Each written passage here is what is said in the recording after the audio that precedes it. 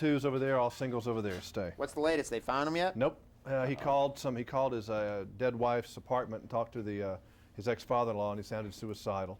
Ooh, But that was several hours ago. Yeah. Okay, roll tape. It's nutty, Stuart. Oh, it's wild. Okay, here we go in 5, 4, 3, 2.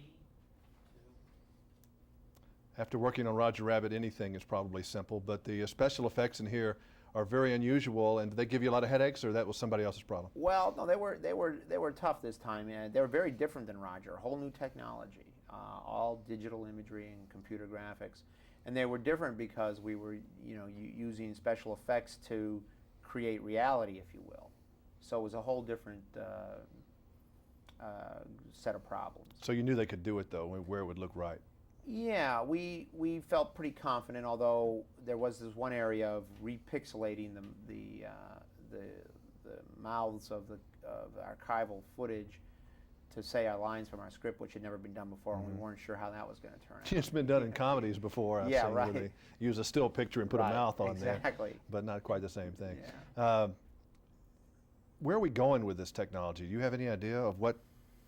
Well, I think we're going someplace that we can't even imagine. I mean, I think we're sitting where the guys in the automotive industry were sitting when they invented the Model T Ford and tried to imagine what impact that automobile would have on the world. And I think that's where we are with this analogy where we are with this computer graphics thing.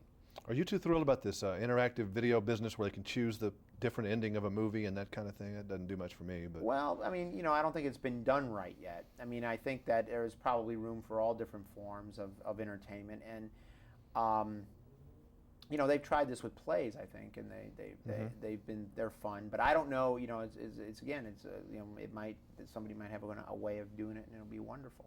I've always thought one of the legal aspects of putting someone's picture into someone else's picture, there's copyright, there's all kinds of legal problems that we haven't even entered into yet. Right, exactly, and I don't think it's a problem so much of the technology. It's just a problem of whether we have to now negotiate permissions for that sort of thing, and how that'll happen as time goes on. It's just really off into uncharted territory. Exactly. Tom Hanks is certainly having a pretty nice year. Yeah, I would think so. Yeah. Well, he's very talented. He's very good. He's kind of come into his own now, hasn't he? He's gotten to a new level of confidence, I think. He's in the zone.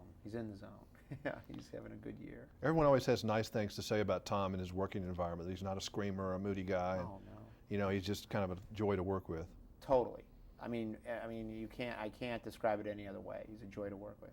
How did he react to winning Philadelphia? Was that happening during the movie production? No, actually, that happened during our post-production phase, but and we wrapped the movie, I think, and then just before Philadelphia came out. Is the hardest part of this movie, and I called some people last night to tell them I'd seen a really great movie, and I really do. I'm not just blowing smoke. I really thought it was flawless, and I don't say that very often about much of anything I've seen, but I was just saying, wow, but I couldn't explain it to them. Yeah. I just had to say, this is one where you have to trust me. Go see it. Trust Tom Hanks as an actor. Right. Trust the director that you've liked his work.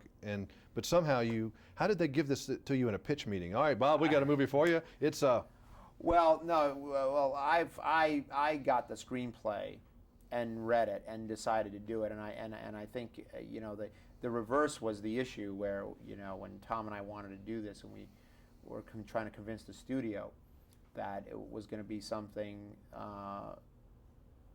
something special, because it doesn't have anything that you can easily or comfortably. I mean, it's got to be a studio executive's worst nightmare, because it's like, how do you sell this thing? Kind of an issue. They were very brave. And they took a lot of risk to make this film. And I'm glad they did, because we got a chance to do something that's very different. Yeah, I mean, it doesn't fall into any particular genre. I mean, I try to think of just call it a Southern Fried Being There, but not many people saw Being There, unfortunately. Yeah. So, yeah, hopefully, people are going to get the word and go, because I think they'll really enjoy themselves. Well, that's the final word on that. They will. Thanks. Yeah, great. Thank you. And I'm still waiting for 1941 on Laserdisc. Oh, but you know what's happening with that? Where it's going to be this Christmas, and it's going to be great.